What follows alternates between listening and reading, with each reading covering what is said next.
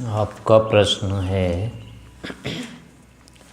निधिध्यासन करने से क्या क्या लाभ होते हैं?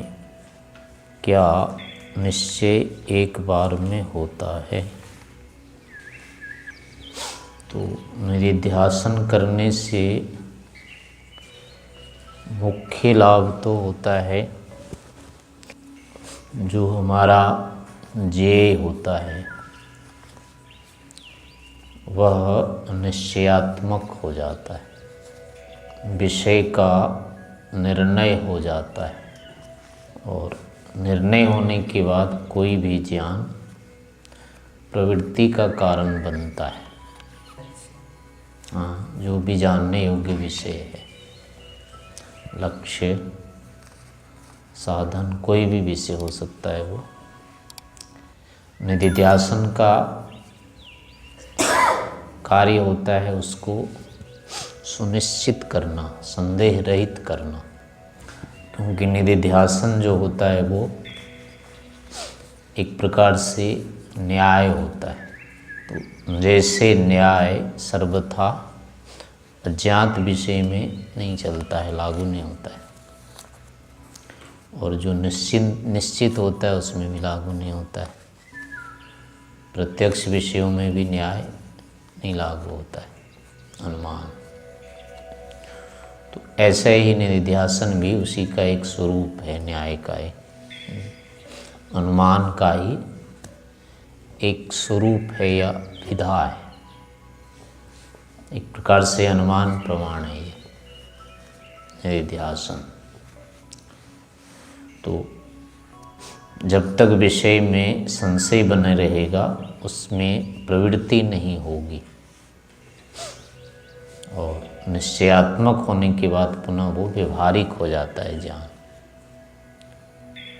तो इसलिए किसी भी विषय में हमारा जो व्यवहार है वह आवश्यक होता है, क्योंकि विषय या तो हेय होता है या उपादेय होता है। सारे विषय इन दो प्रकारों में आते हैं, कुछ तो त्याज्य होते हैं, हेय होते हैं, और कुछ जो हैं वो ग्राह्य होते हैं, प्राप्य होते हैं। तो इसीलिए निश्चय के बिना ये दोनों कार्य नहीं हो सकते। बिना निश्चय के ना तो त्याज्य को छोड़ा जा सकता है, ना ग्राह्य को पकड़ा जा सकता है। संशय रहने पर दोनों स्थितियां चलती रहती, पर लूँ कि नहीं लूँ, छोड़ूं कि नहीं छोड़ूं। तो इसीलिए कहा गया है संशयात्मा विनश्यति, गीता का ये श्लोक है। जो संशयात्मा होता है, यानी जिसको अभिष्ट विषयों में संशय बना रहता है या अनिष्ट विषयों में भी संशय रहता है, तो उसका नाश हो जाता है। उसकी जो प्रगति है, समृद्धि जो है वो नहीं होती है। इसलिए संशय नहीं रहना चाहिए विषय में,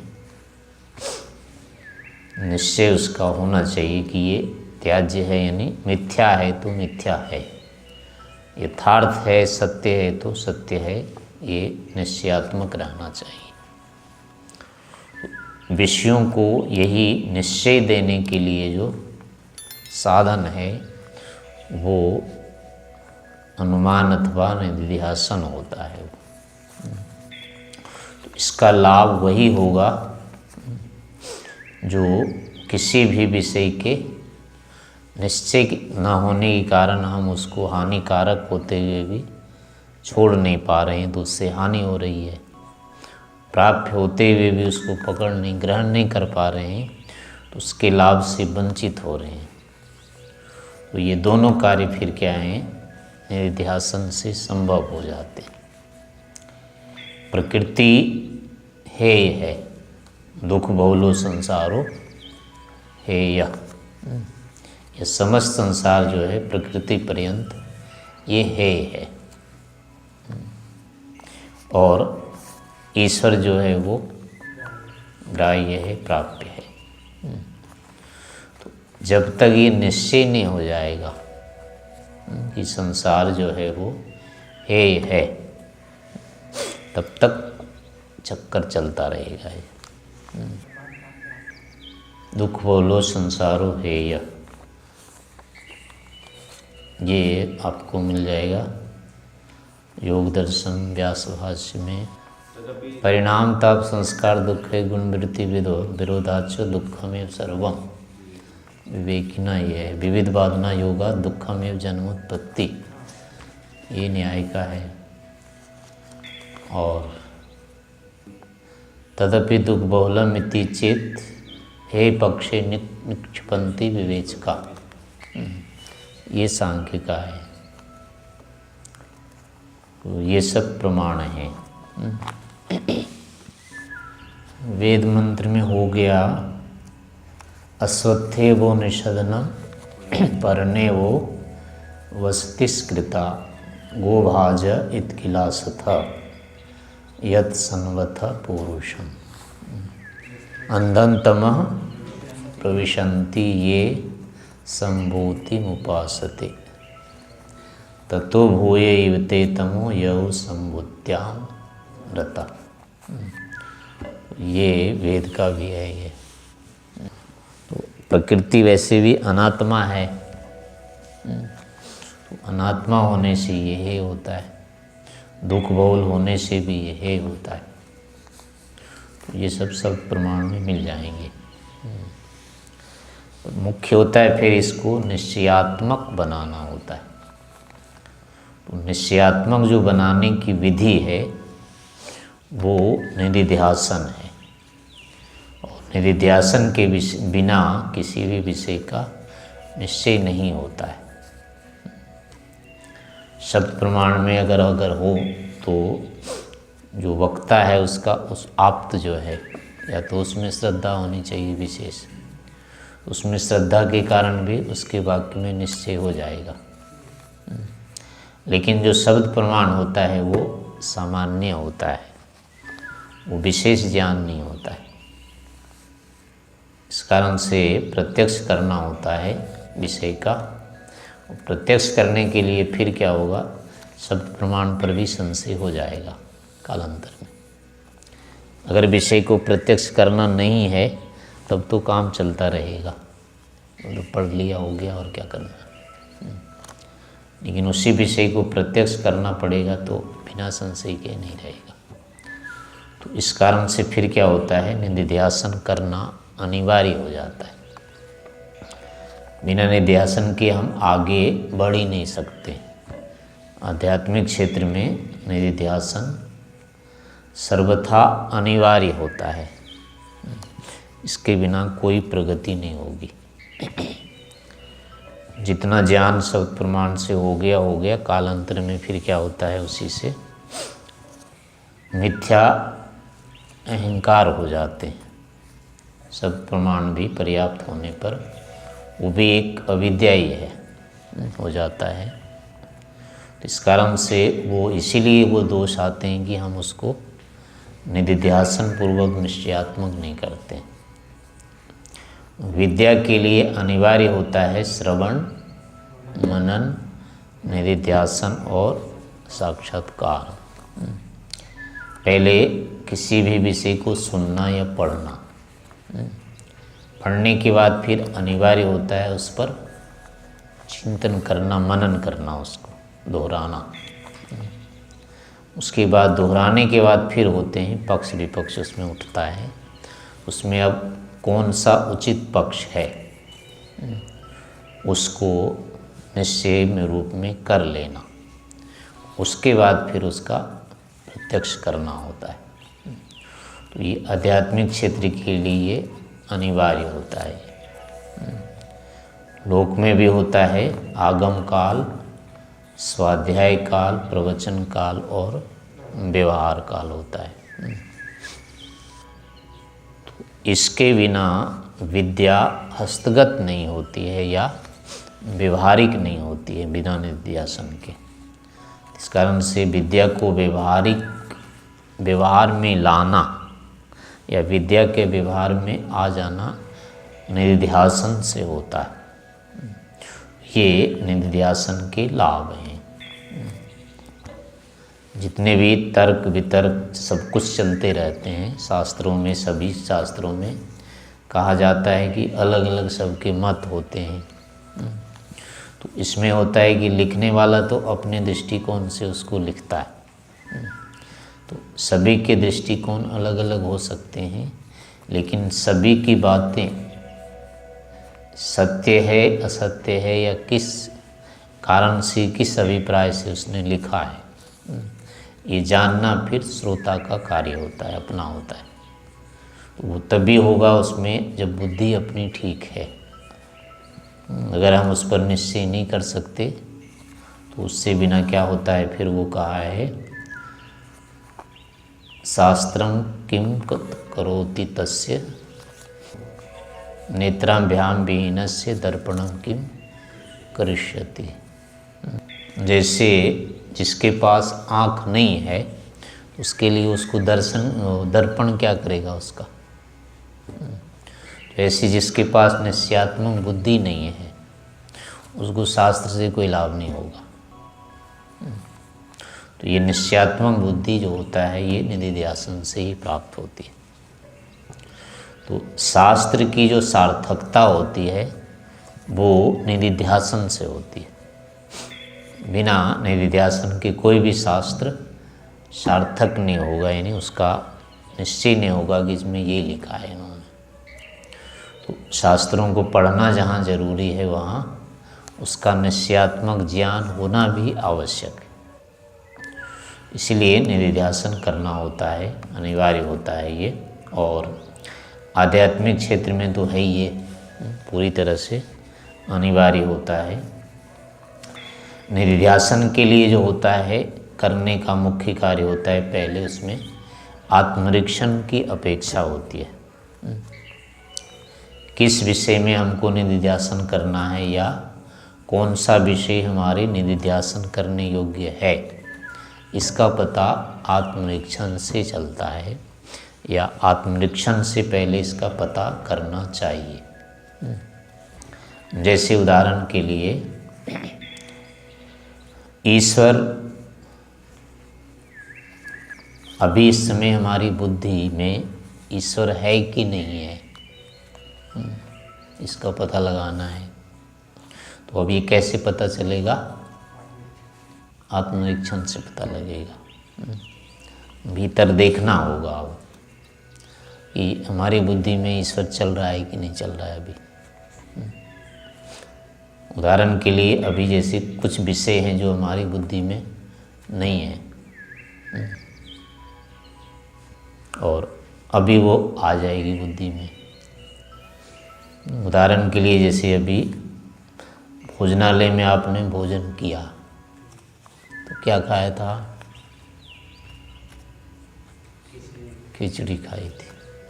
तो अभी अभी खिचड़ी का ज्ञान हुआ ना, और जब तक नहीं बोला था खिचड़ी तो अनुभूति हो रही थी? कुछ नहीं हो रही थी, अब हो रही है। तो अब ज्ञान किस समय रहता है, किस समय नहीं रहता है, या जब रहता है तो उसका क्या स्वरूप होता है, नहीं रहता है तो क्या स्वरूप होता है, इससे पता लगेगा। अब मान लो खिचड़ी का ज्ञान हो रहा है, ये पता लग रहा है, और इससे पहले नहीं था, ये पता लग रहा है। तो ऐसा कि ऐसा ईश्वर के विषय में भी लगेगा।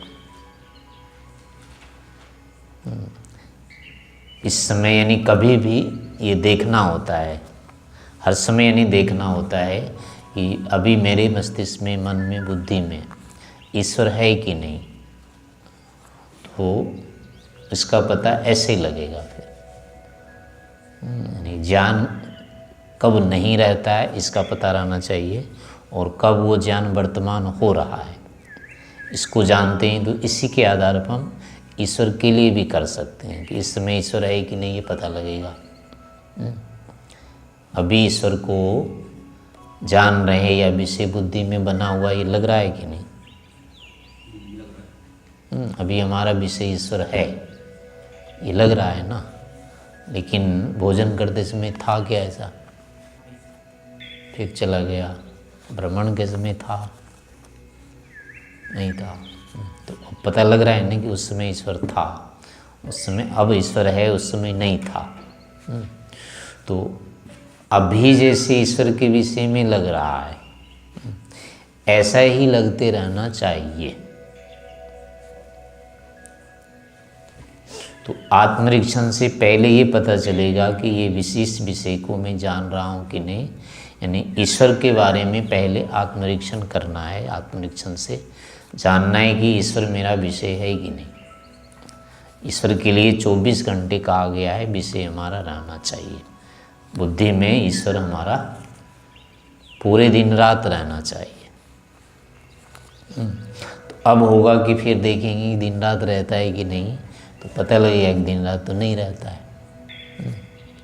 तो अब यहाँ से फिर निधिध्यासन शुरू होगा। नियम हो गया कि 24 घंटे यानी अहोरात्र यावत, यानी निद्रा से अतिरिक्त जितना भी समय है उतने काल तक हमको ईश्वर की अनुभूति या उपस्थिति रहनी चाहिए। शय्यासनस्थोथ पथि व्रजन वा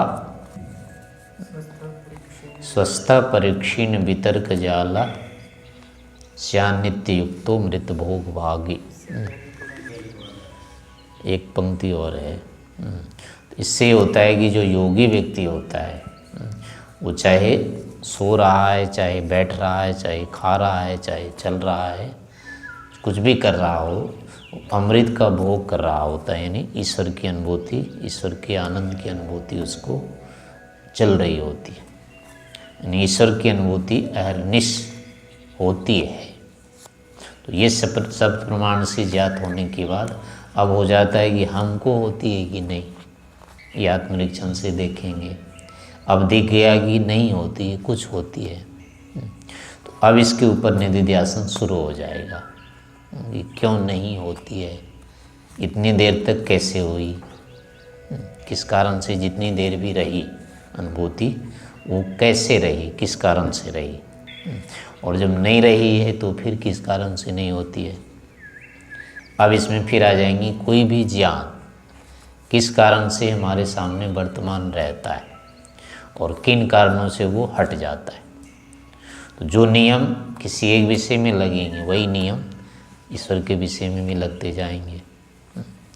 तो ऐसे निधिध्यासन के माध्यम से हम उन विषयों को जानते रहते हैं। निधिध्यासन के लिए कम से कम 10-12 विषय जो होते हैं ऐसे अनिवार्य रहते हैं, उसके ऊपर निरंतर करते रहना चाहिए। आत्मनिरीक्षण और निधिध्यासन होते रहना चाहिए। पहले जैसे कि हमको ईश्वर की अनुभूति हो रही है कि नहीं है, ये विषय है, इसको रखना चाहिए, सबसे पहला होता है। दूसरा है कि ईश्वर को हम मान रहे हैं तो थोड़ा अब उसको अर्थानुसार, यानी हमारे साथ ईश्वर का व्यापक संबंध है, शास्त्र से ऐसा सिद्ध है। तो अब ये होना चाहिए क्या मैं ईश्वर को मानता हूँ, जान रहा हूँ, तो क्या उसका व्यापक भाव हमको अनुभूत हो रहा है, या उसको मैं इस रूप में मानता हूँ कि ईश्वर और हमारे बीच व्यापक संबंध है। नहीं है तो क्यों नहीं है, और है तो फिर होने के बाद क्या परिणाम आना चाहिए, उस प्रकार का परिणाम आ रहा है कि नहीं आ रहा है। तो ये ईश्वर का व्यापक भाव, इसके विषय में भी निरंतर प्रयास करते रहना चाहिए। ये भी निधिध्यासन का एक अनिवार्य विषय होता है। तीसरा होता है कि संसार के विषय में हम क्या मान्यता रखते हैं, ये है या ग्राह्य है। दिन भर हम क्या मान के चलते रहते हैं। संसार है ये शास्त्र सिद्ध है, तो क्या हम इसको है मानते हैं कि नहीं मानते।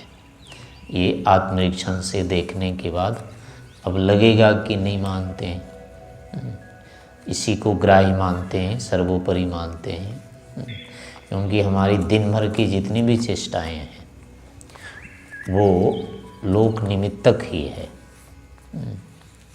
इसी में से किसी का ग्रहण और त्याग के लिए हम सोचते विचारते रहते हैं। तो इससे अब ये होगा कि हम अभी इसको है ही नहीं मानते हैं, अभी अभी प्राप्य ही ग्राह्य ही मान रहे हैं इसको। तो अब फिर होगा कि ऐसा हम क्यों मानते हैं, शास्त्र में तो ऐसा नहीं है, लेकिन हम इसको क्यों मान रहे हैं ऐसा। तो उसके अलग अलग हेतुओं को ढूंढते जाना कि किस कारण से हम किसी चीज़ को ग्राह्य मानते हैं, किस कारण से हम किसी चीज़ को है ही मानने लगते हैं। तो उन हेतुओं को फिर इसके साथ संबद्ध करना, तो ये करते जाना, यही निधिध्यासन होता जाएगा। तीसरा विषय होता है कि संसार में हम 4 प्रकार के दुख कहे गए हैं। तो इनमें 4 प्रकार के दुख हम मानते हैं कि नहीं मानते हैं। परिणाम दुख, ताप दुख, संस्कार दुख और गुण वृत्ति विरोध दुख का है। तो हम संसार को इन दुखों से युक्त समझते हैं कि नहीं, मानते हैं कि नहीं, और नहीं मानते हैं तो फिर इसमें क्या कारण है। मानते हैं तो वो परिणाम आ रहा है कि नहीं, किसी चीज़ को दुखद मानने पर उसके साथ कैसा हमारा संबंध रहता है, कैसे उससे हम बचते रहना चाहते हैं। तो क्या ऐसी प्रवृत्ति संसार के प्रति हमारी हो रही है कि नहीं हो रही है। नहीं हो रही है तो हम इसको दुखद नहीं मानते हैं, सुखद मानते हैं। तो ऐसे उसमें हेतु लगाना, तो ये चौथा विषय होता है। फिर इसके बाद है कि संसार के साथ हमारा सुस्वामी संबंध, यानी वस्तुओं में सुस्वामी संबंध हम रखते हैं या नहीं रखते। वस्तुओं को अपना मानते हैं या ईश्वर का मानकर चलते हैं। अपना यदि मानते हैं तो फिर यहाँ से शुरू होगा क्यों, कैसे हमारा है।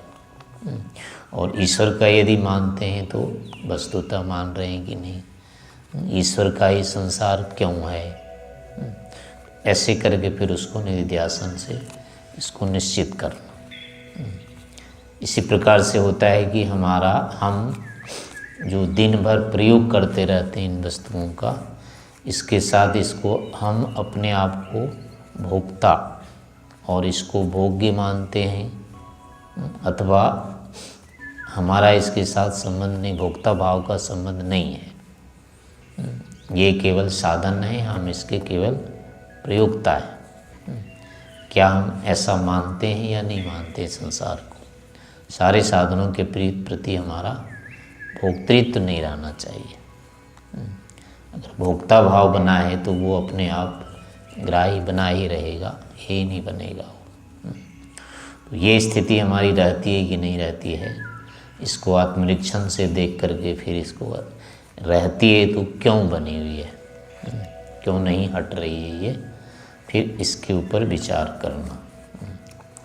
इसी प्रकार से है कि शरीर और आत्मा, इनको हम पृथक पृथक मानते हैं कि नहीं मानते हैं।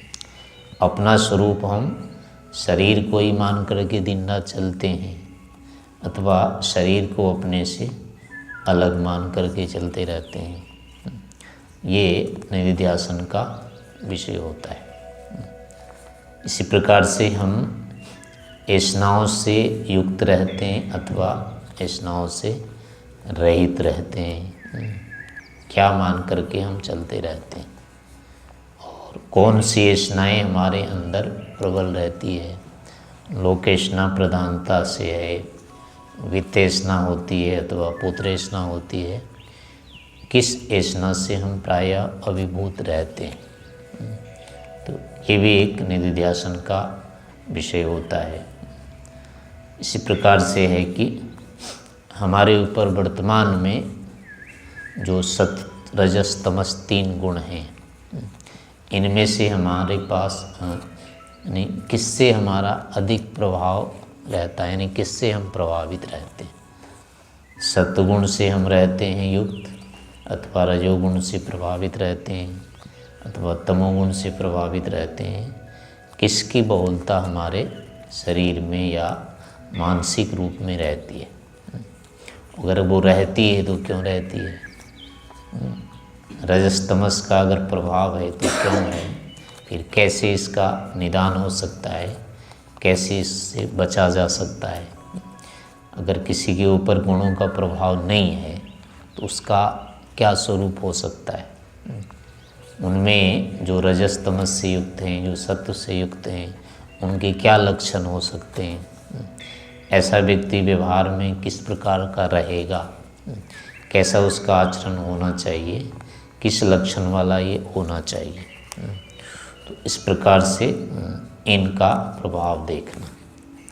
फिर उसके बाद है कि ईश्वर को, जीव को, प्रकृति को, हम इन तीनों को हर समय अलग अलग मान कर रखते हैं कि नहीं रखते हैं, या केवल कोई एक ही रहता है, केवल संसार ही संसार हमको दिखता रहता है, अथवा तीनों को हम अलग अलग भी मानते हैं या अलग अलग मान के ही चलते रहते हैं।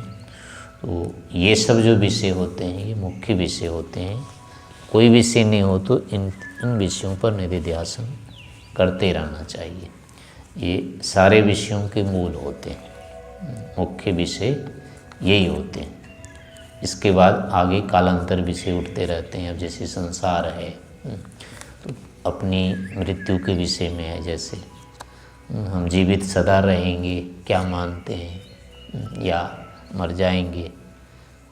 सदा अगर अमर रहेंगे तो इसमें क्या हेतु हो सकता है, क्यों ऐसा मानते हैं। और यदि हम मरने से डरते हैं तो ऐसा क्यों होता है, क्या हम मर जाएंगे। तो ये सब विषय निश्चयात्मक होने चाहिए।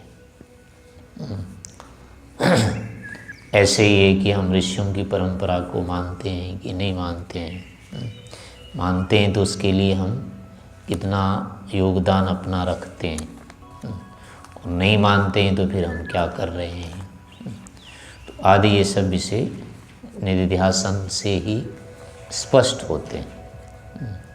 इन विषयों में जब तक निधिध्यासन नहीं होगा तब तक कोई भी तत्व ज्ञान उत्पन्न नहीं होगा। तत्व ज्ञान उत्पन्न करने के लिए फिर ऐसे ही निधिध्यासन करना होता है। तो इस रूप में इनको जानना चाहिए।